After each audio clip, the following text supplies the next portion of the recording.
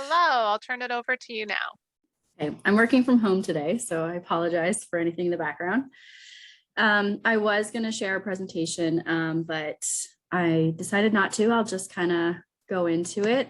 So we have a lot of volunteer opportunities through St. John Ambulance, and just a little bit of background about us. So we are an international humanitarian organization with over 1,000 years of history behind us. So any revenue generated, we offer first aid courses. I'm sure a lot of people have heard of that before. Our first aid courses and kit sales, and all the revenue generated from that or any donations made go directly into supporting all the volunteer programs that I'm about to tell you about. So to start, I'll kind of go into our therapy dog program. If you have a dog, this is a really good opportunity for you, or if you know somebody with a dog that you're comfortable handling, you can come in to be a therapy dog team, not for yourself or for someone that you know, but for other people. So going into nursing homes, hospitals, the airport, or anything like that. Any facility you're interested in, as long as you're qualified under us and have the approval, then we can get you in there and you can start visiting in a group setting. We don't do one-on-one visits. There is an application process to all of these, but I will talk about that in a second. So we also have youth programs as well. We have a Life Smart program. That's not really established here on PEI yet, but it is in Nova Scotia, and we're hoping to be able to branch it out here.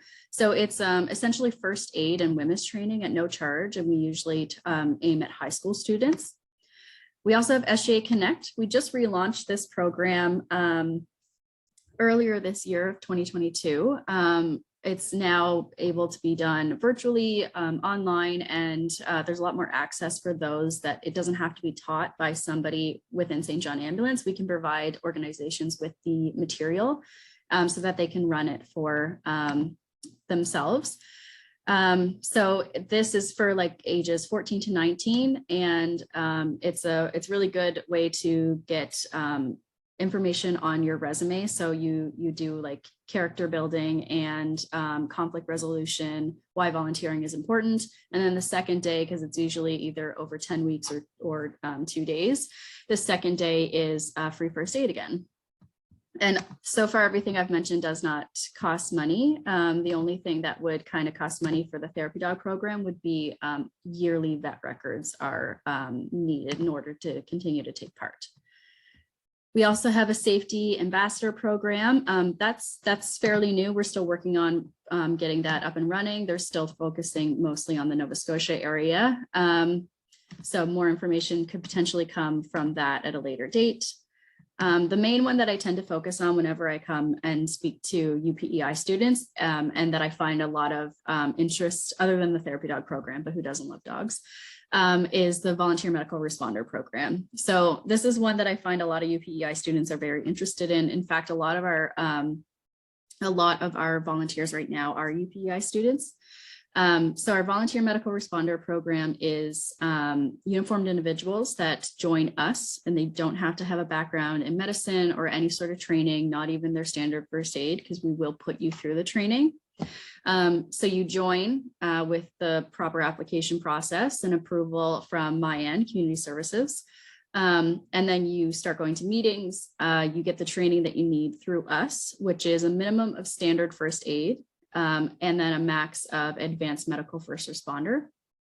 And then once you have that training and some meetings under your belt, and we see that you are confident or able to provide the service, then you can start signing up for public community events. So anybody that wants us to go to an event to provide first aid, we will go.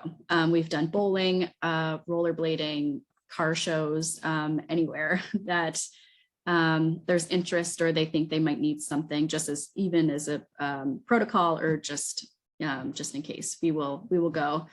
We're also potentially we're trying to recruit for the Canada Games as well as a spectator medical for their stands, anybody that's in their stands. So we're heavily recruiting for that right now, but we're also always recruiting for the volunteer medical responder program. So that'll be the one that I kind of mainly focus on. The application process for the therapy dog is somewhat similar, but if you're interested in that, reach out to me just separately about that. But yeah, for the volunteer medical responder program, you fill out an application. I always say that that is the main thing to get into me so that I know that you're interested. And then, you know, if you need to take time, your schedule's hectic, that's okay. We understand, life happens. Whenever you're ready, we then will get you your criminal record check, criminal record and vulnerable sector check, sorry. We check your references while you're waiting for that. For PEI, we provide you with a letter, and it usually takes about a week. So in that time frame, I try and get a hold of your references. As long as everything is good there, then we have a one-on-one together. I am still doing them virtually. It just seems to work out a lot easier for everybody right now. It's called an interview, but it's not really. It's just a chance for me to ask you some questions and get to know you. And then if everything goes well there, I invite you to the next meeting. Once you attend the meeting, we get you to sign some documents if you are enjoying the meeting and the program. And then from there, we start getting you into your first aid courses and then getting out to events. So we get you on the website, we get you in the email process, and yeah. So again, you don't need any backgrounds. So if you're an English student, for example, you can join. We will put you through, especially with the Canada Games. Like anybody that's interested, we're not really. If anybody's interested in even in just that particular event, then we're really just because we're heavily recruiting for it. You can email and say specifically for this is what I'd like to join the St. John Ambulance VMRs for. And that's fine. We're looking for anybody that can help at any time. And I mean, if you go through it and you like it and you want to continue in public areas, then that's fantastic. And we're happy to keep you on the list. Kind of related to the volunteer medical responder program is also our humanitarian workforce program. So we're still not fully recruiting for this yet. We're keeping it within the organization right now because we're still working on, it's a big project. So the humanitarian workforce is just essentially like if you were to join, then you would be on call for the potential hurricane that's happening. We would have you listed as ready to go. You would get the call from one of us, and should we need to assist in a disaster, then you would be on our roster to reach out to and help. And we do it in first aid settings. So anybody joining in that area of like VMR would be there to provide first aid or any other things that we've agreed that we can do and provide based on the materials that we have.